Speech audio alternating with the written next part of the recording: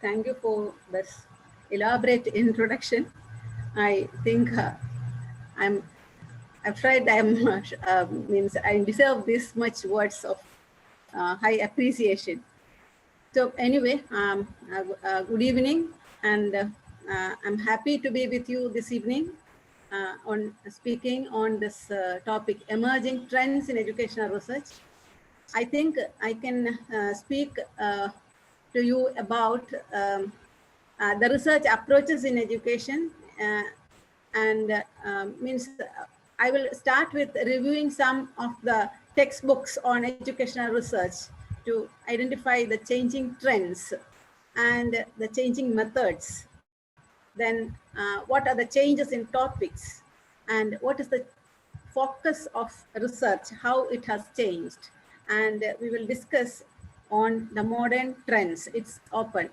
And these are the things which I wish that I will share with you. And before starting, let me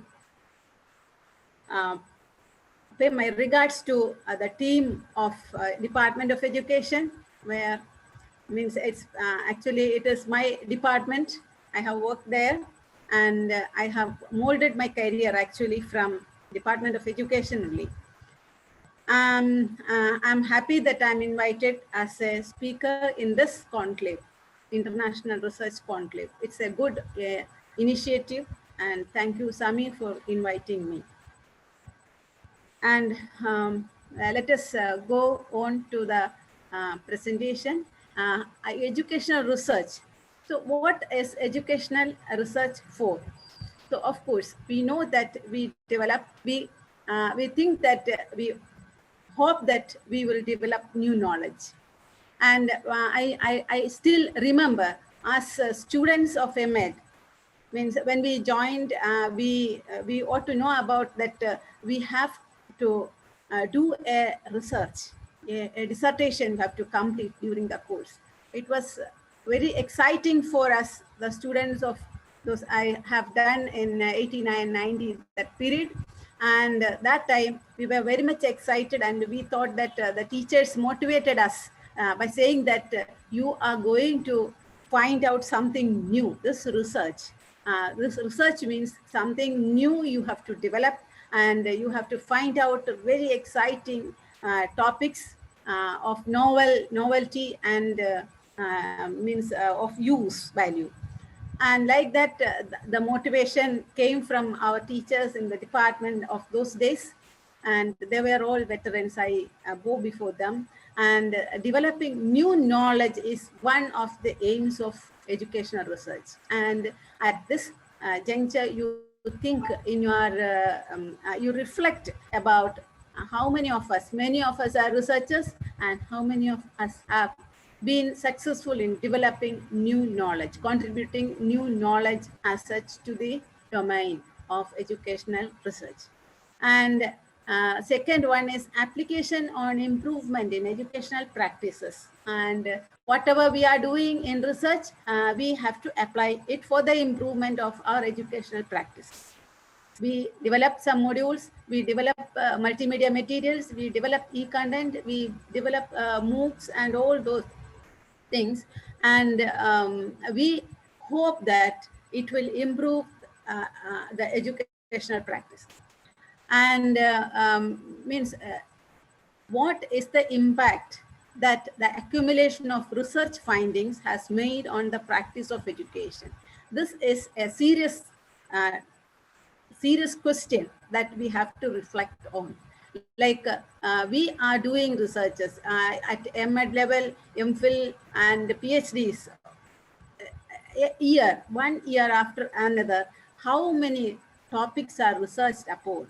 And our universities are producing very many number of theses, and all of them are resting very peacefully in some or the other of the shelves in the libraries. And off and on, one research scholar will come and see something to be taken from that in the form of related literature, or to review it in for getting the research, identifying the research gap.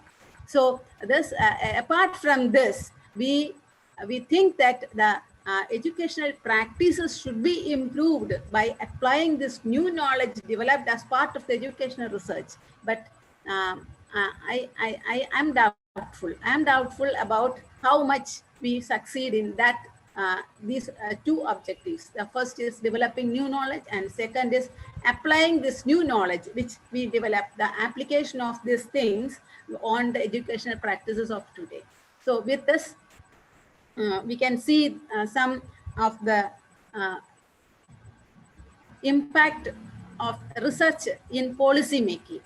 So we know that the research has a delineable mark in the policy of our nation. In almost all vistas of knowledge, we know that in almost all policies, the other social sciences are engaged, and how much the research in education is contributing to policy making. No doubt, the research knowledge attracts policy makers. So many of the policy makers are very much prone to seeking the research studies. Means they will ask about the research studies, how much it is done on this topic is done in your university, or almost off and on when the policies are changing. Now also, when to share my personal experience, I have been in the policy framework of making the approach paper from the beginning, from the approach paper preparation to the policy framing of elementary preschool education. And in the beginning, when the experts, the national and state experts and the bureaucracy, they were assembled in the first meeting, they were asking us, the academicians from this field, whether something has been done in your university regarding this particular area. So how many research studies are there on pre-primary education? And we searched out and found a handful researchers, and then we reported that, but they were not usable. Like these research studies are for the sake of research we are doing. They are not having an inclination to policy making, even though we have a particular section for policy implications. Those implications are mere rhetoric, or the what you say, it is the same thing of a repetition, or the state of art is being repeated in that, and novel contributions are not coming in those policy areas. Means when we need to recommend, we are not recommending properly. And it even though it is like that, it stays as a source of information, and we can collect a lot of information from that, and we can use it in shaping the policy. So in that way, it is contributing. And we need to reshape it, even though the policy implications are part of the report, as I said it. So we need to reshape it. So that part we have to concentrate more. And if the policy implications are really policy implications, they can be taken as such, then the demand for research studies in the university departments will be more as regards the policy makers. So this is one thing which we need to think about, and we need to keep in our mind, all the research scholars, when we report the thesis. And still, researchers in education in general and in teacher education in particular continue to grow and make its contribution. But these researchers are not as such used in the policy making. That is what I mean to say. So the broad purpose of research, next slide please, sir. The broad purpose of research in education. So as we have discussed now, understanding an educational phenomenon. So for example, if we take constructivism. So how it is, how the teaching learning processes fit into the theoretical framework. So as we have done in our department, it has been done. We have made a multimedia. Hello, am I audible, sir? Hello, is it okay, sir? Hello. Audible. Hello. Okay, thank you. And as we have done in our department, a multimedia package. So how it is fitting into the theoretical framework of constructivism that we are testing it. If it is fitted into that theoretical framework, and can that concept be used in the classroom? So this is the way we are doing a research. And this educational phenomenon, for understanding that phenomenon, we are making a thesis, or we are making that package or a program, and we leave it there. But I have seen there was one person from the UCF, Fulbright scholar from Chicago. She came to teach mathematics, and she had some this framework, theoretical framework on Bruner's model she has developed, and she was using it in the classroom again. So she was teaching with that model, and it was she made it fit into the classroom, and the students were engaged in that model. They were learning in that model, and like that, an understanding of how this phenomenon can be used in the classroom. It is not done with many of our researchers. So this is one thing we need to pay attention. Whatever we are doing, whatever we are making today, also means every day we are producing a thesis, and almost all the theses are done in the experimental way, and the experiment is to test the effectiveness of one or the other model, and that model is very well suiting that that teaching. It is better than activity model, even that, like that they claim, and they prove it with statistical techniques. And the thing is that they never use it in their classrooms. At least they never use it. That is the pity of the situation. So this situation in our universities, we have to change. As research scholars, we need to change it, and we have to find out how it is used by others as well. So you have to disseminate your research.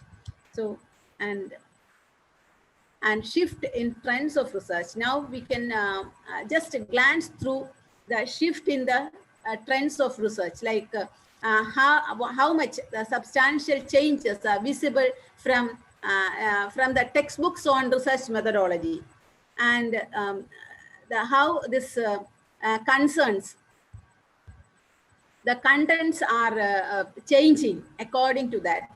And we know that at the time when we used to, I used to start my research in late 80s,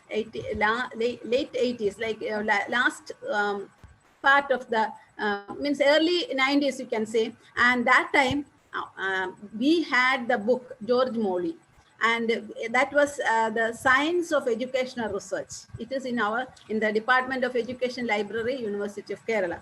And that argues a strong case for scientific approach to educational research.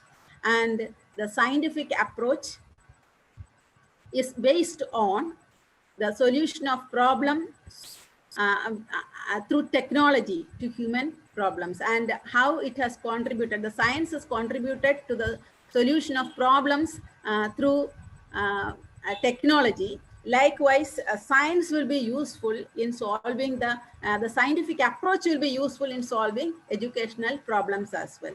That was his argument. And his definition of research reflected a rigorous scientific methodology, and it is the process of arriving at dependable solutions to problems through planned and systematic collection, analysis, and interpretation of data. That is his definition. And we have reiterated this a number of times in almost 70% of the thesis in the library. You can see that. And this quotation is there. What is the definition of research? And I sometimes wonder why the researchers are reiterating the research definition and all in their thesis. They are writing a thesis on a topic, and still it's a practice that we start from the beginning. It's a case with the educational research. I don't know whether it is with or other parts of the country. The thesis I have valued from other parts of the country as well reflected this particular aspect. They will write from the very beginning. They will come with many definitions of research and so many things. And the science of educational research, it is, as I said, it is about the science and the scientific method, and the research techniques described in it are focused on statistical techniques and sampling. And for those things, when we have any doubt, we resort to this Molly's book. Molly's book was the final word in those days. It was focused on statistical techniques and sampling. All those are elaborately discussed in that. It's a very big book. And research methods, historical survey and experimental researches, and all the modalities are very well described in the book. And then came next an introduction to educational research by Travers. And this book is also a well-used book by researchers. The approaches used by scientists were needed to contribute to theory building, but he recognized that educational theory was stated in more lucid language. So it should be scientifically reframed. That is why he also supported Molly and said that this research should have a scientific basis. And historical research and experimental research are more focused in that book. He explained the statistical procedures used to analyze data. And it is very clear if you go through the books. It's also there in our in your department library. Like Molly, he also tried to tie educational research to social science research. Like social science was gaining more funding. That was their ambition, more funding. Like educational research were not getting that much funding. So they tried to keep abreast with the social science research by making it more scientific and more statistically oriented, so that it also get the similar status with social science research. And researchers of 1960s were more focused on scientific ways to achieve recognition and respect for their work. And that was with Travers. And then coming to some decades afterwards, in 90s, the medical metaphor, treatment became a common parlance in experimental research. The treatment group, the control group, the treatment of the subject, the treatment, how the treatment, is it an experimental treatment, the experimental treatment, experimental group, and that word fetched more prominence. And the qualitative approach also gained far more attention. Like some researchers which focused on experimental research started with a qualitative research and then came to the experimental package. For making the package, the theory was reiterated, and they have made it in the form of gained the concepts from through a qualitative approach in some researches, or in the end they have found out some after the experiment how far it is useful for developing this what you call affective attributes and hidden curriculum, how far it is useful. That in a qualitative way, they means somehow the qualitative component was gaining more attention in the researchers of the 90s. And we can see that this is reflected in Robert Burns when in his book Introduction to Research Methods. It came in 1994, and he included chapters on ethnographic research, action research, and case studies. And I remember, means towards the close of that decade, means 90s, there were workshops. Even in Kerala, I have attended one workshop on action research and case studies. In RI, they have conducted one workshop on case studies, and this has gained more prominence, and they were advocating us to use these types of researches in the while attempting research in education.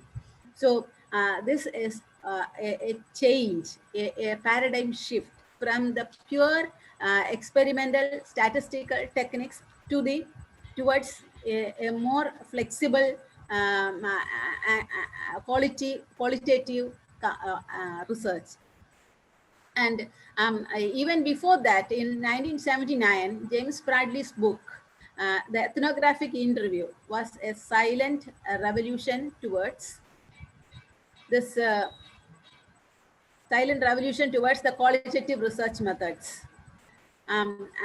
His pioneering works were in anthropology, where the words of people about the socio-cultural milieu was reported to explain and describe research questions.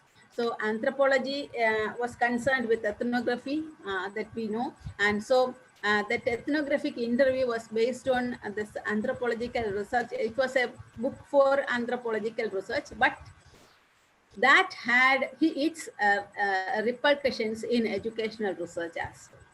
And getting prominence in social science research was focus of many researchers. So they all focused more on the social science was moving to towards qualitative as well. And so educational research also shifted to a qualitative method.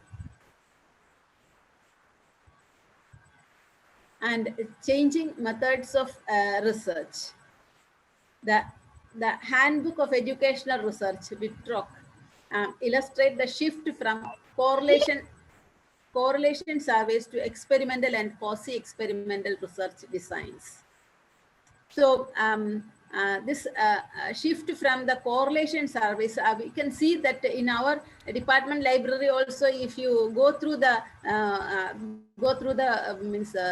early research studies before in the 80s, 70s and 80s most probably. So at that time, correlation studies were more. So many studies were there. They were taking 2 or 3 more variables, and they were computing the relationship.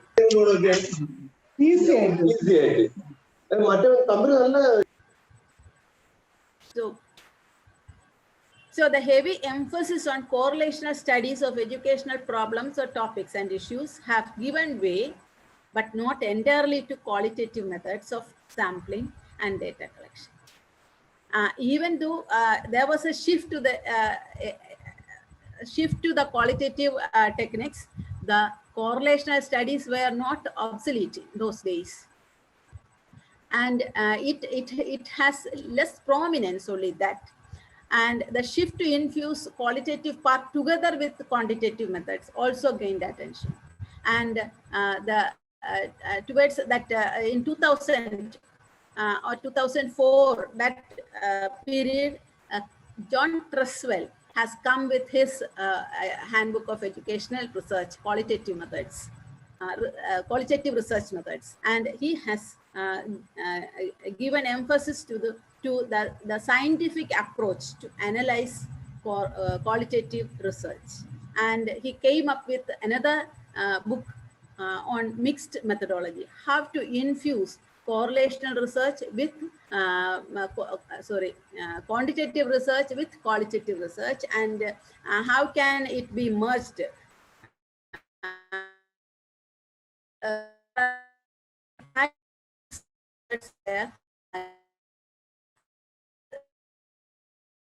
Those So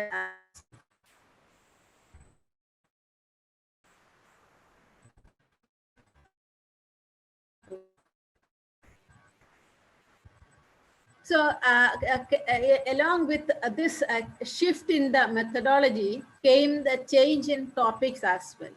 So quantitative studies were trying to demonstrate the statistical relationship, as we have discussed, between the variables and characteristics and academic achievement.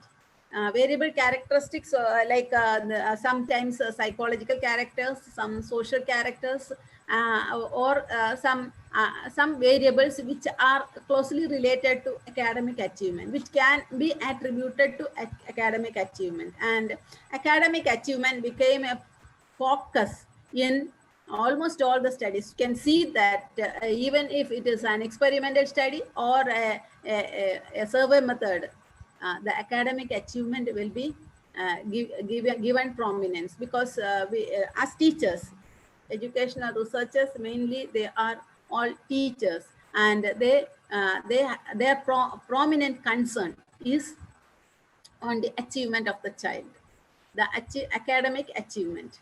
So now we know that academic achievement is nothing when compared to so many other achievements of the child.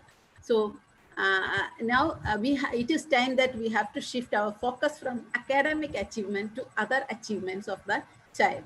Teaching methods and infusing teaching another topic was teaching methods. So that I have already mentioned with this different methods of teaching.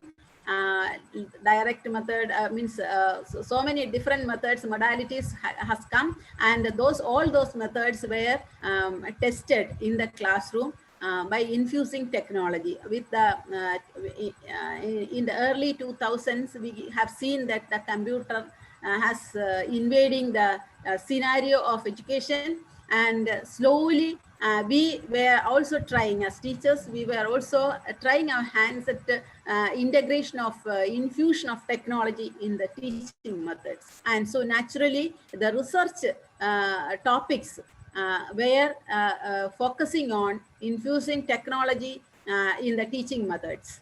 And that is why computer assisted, computer aided, all those words were found a place in the title of the thesis. And alternative teaching methods, that which is not used in the classroom. We were using like lecture method or lecture demonstration method or demonstration method or like that methods in the classroom, and alternate methods which came with a shift in the focus, the pivot of the class from the teacher to the student. The alternate teaching methods gained popularity.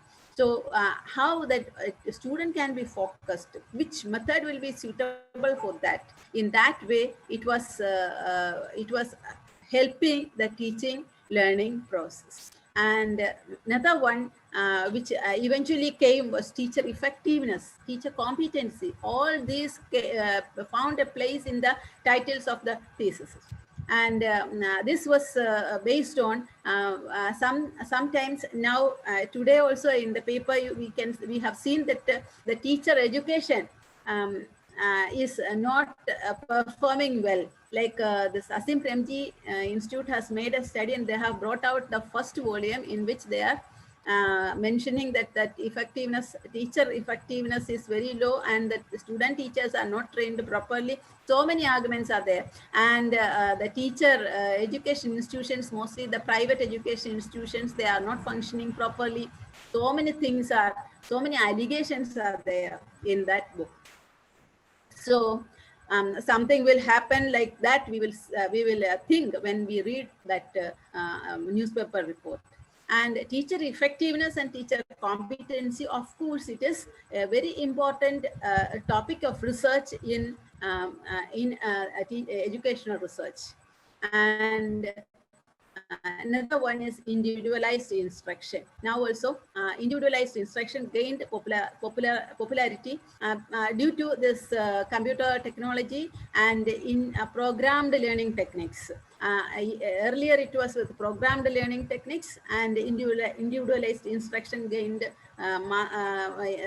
popularity. And later when the computer came, it was with the computer assisted instruction that this individualized instruction gained self interactive package, self means teacher assisted package. All those things were found in the changing titles. And student achievement. And we know that many of the teaching departments, teaching and research departments, I should say, and these when I have seen so many at least 3 or 4 teaching departments as a member of the doctoral committee. So I have seen that the student achievement, if that word student achievement is not there, then the committee members will ask why student achievement is not there. So that as I told earlier, as teachers, we are very much concerned about the achievement of the student. So now it is not the thing. The achievement of the student is not symbol the academic or the marks. So the achievement is in some other aspects as well. So that we have to rethink about student achievement. That is what I wish to state, that that student achievement is of course an important aspect, but not a prominent that prominent aspect as we think. Without achievement also a student can perform well without academic achievement. We have numerous examples, and still student achievement is a part and parcel of every topic of research. Almost every means of 70% of the topics in research, this student achievement is a part, is one aspect which we are concerned with in research. So now the focus of research has been shifted to treating with some model of teaching and finding out its effectiveness in early 90s. 90s have seen, we can say that an erosion in the quality of research. In educational research, not quality of research as a whole, I'm not blaming like that. In the educational research, and there are, I find 2 reasons for this. One is the topic selection itself, because when it comes to the models of teaching, the researcher will come with a model, and he will find out, he or she will find out its effectiveness. And anyway, whatever the research, whatever the model she or he is applying, even though the model has failed in the original, by the original propounder, for the original propounder, then also it will be a success with the researcher who is researching with that model. So this is what we have seen in almost all the theses of the 1990s. I am not an exemption. I have also researched, my PhD is also in a model of teaching, and I'm including myself. And this period witnessed an erosion in the quality of research. And this was one of the one of the reasons, because the trend is that if you are taking a model, suppose what you call jurisprudential model for teaching social science in standard 8, I will take for standard 9, and he will take for standard 11. So this is the way, means the topics changed. This is not the way the topics ought to change. This is the reason for, and along with that, only achievement they will find out. And models of teaching has so many other aspects as well. That aspects are neglected in these researches. That also you can see when, if you peruse through the thesis submitted in our universities during this period. And second is the inflow of a large number of researchers during this time. The inflow of a large number of researchers, like many research centers started, many universities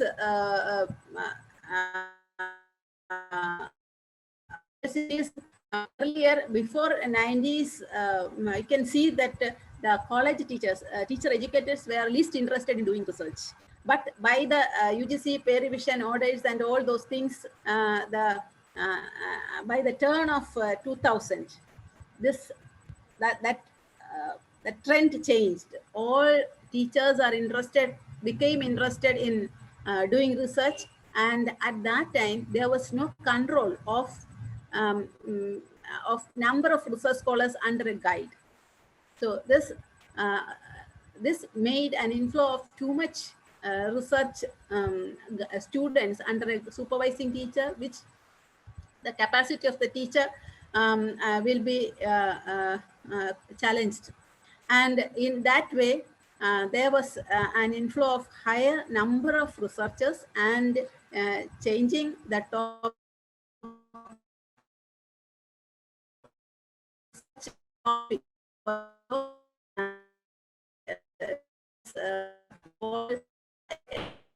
that I do research.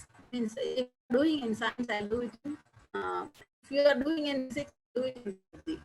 So like that, so many researchers you can see in any university's research center. You see the topics. You just see the catalog. You can see that this is that. Even in Short Ganga, you search. Can see that if you type one model, you can see a number of topics.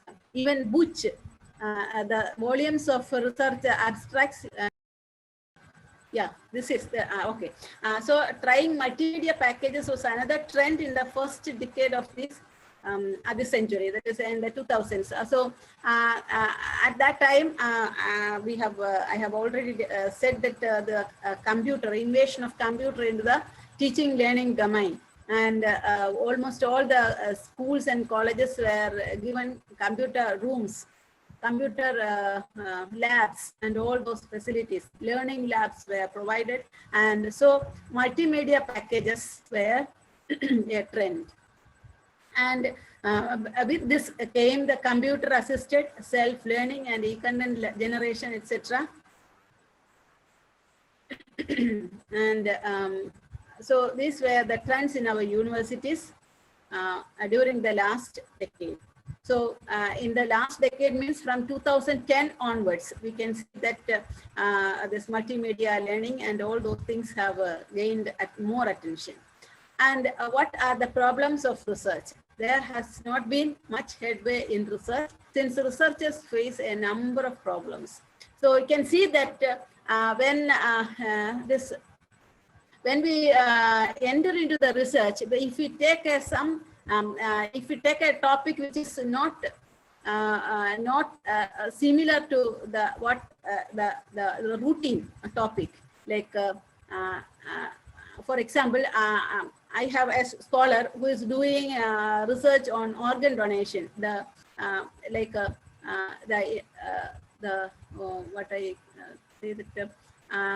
How to give awareness to students, secondary or one level of students, about organ donation. So that is a topic. And when she is entering into the research, she has a lot of problems. She has to take how will you get the consent, how the research ethics committee will grant you permission. Almost all are hurdles before her. But the topic is not that it's not that uniform with other members. So these other students, other research scholars. So a little different topic or in a sensitive area.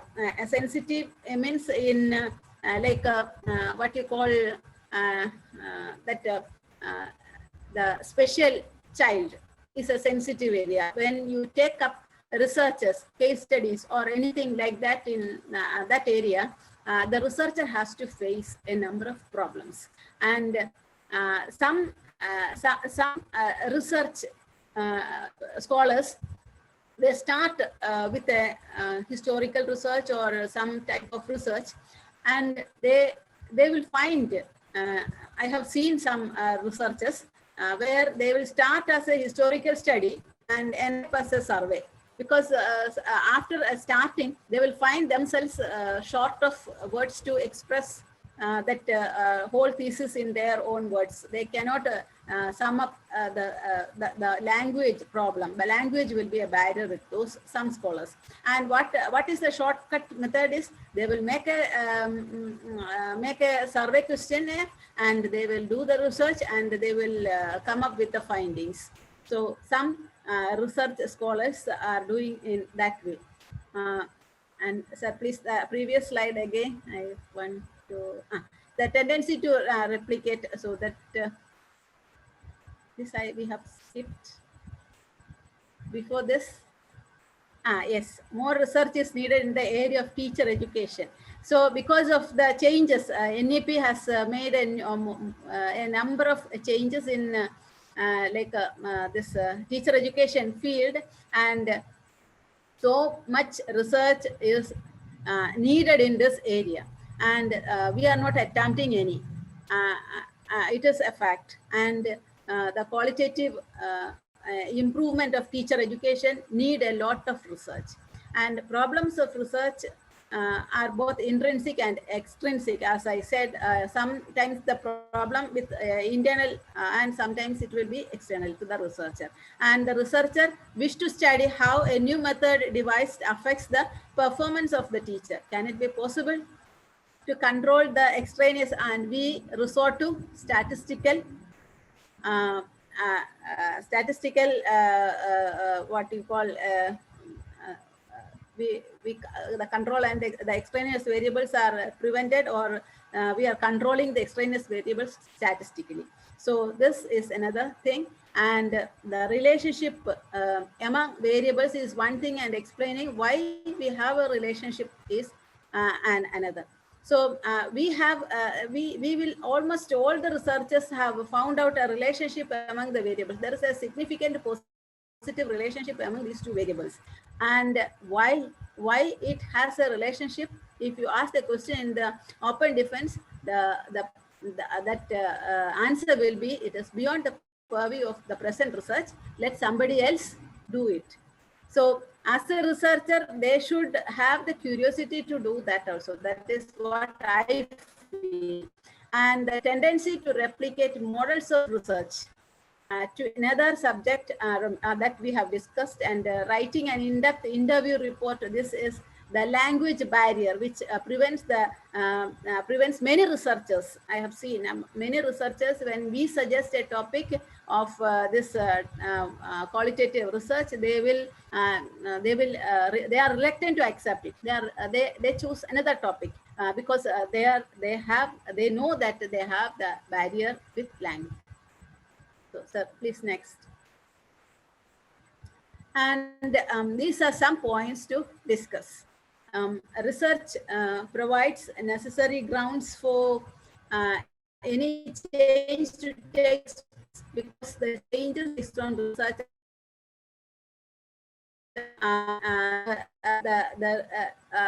In the beginning of this session, I told that policy, they are keen to look at the researchers, but the research studies, they are not that much able in presenting the policy implications. So that is one thing that we need to discuss it in depth and find out a solution. And transforming the educational phenomena means incorporating changes in the phenomena as it exists. So if we have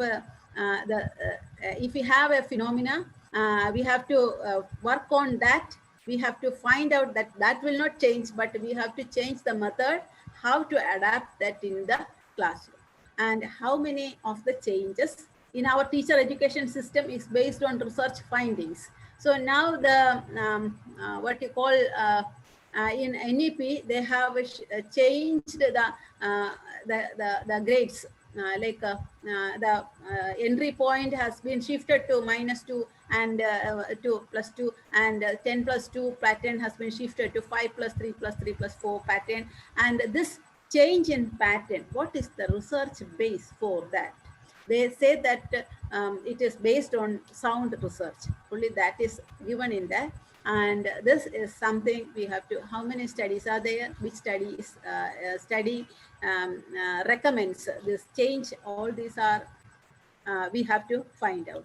And whenever a change comes, I think it should be based on some strong form. And why don't we engage in longitudinal researches? We have teaching and research departments, and it's high time that we have to engage in longitudinal researches as part of extension or some other program. Usually the funding agencies are not providing funds for longitudinal research, but as researchers, we can engage in some or other longitudinal research, and it will be helping to update and uplift the quality of our teaching learning process, or the quality of our students' learning capacity and their engagement in learning, all those things. And so many areas are left untouched in longitude that we can complete only through longitudinal research. And nowadays it is rare that we find longitudinal research in our university teaching departments, means especially in Kerala. So with this, I think I have finished within your time, Dr. Samir, and thank you for the patient listening.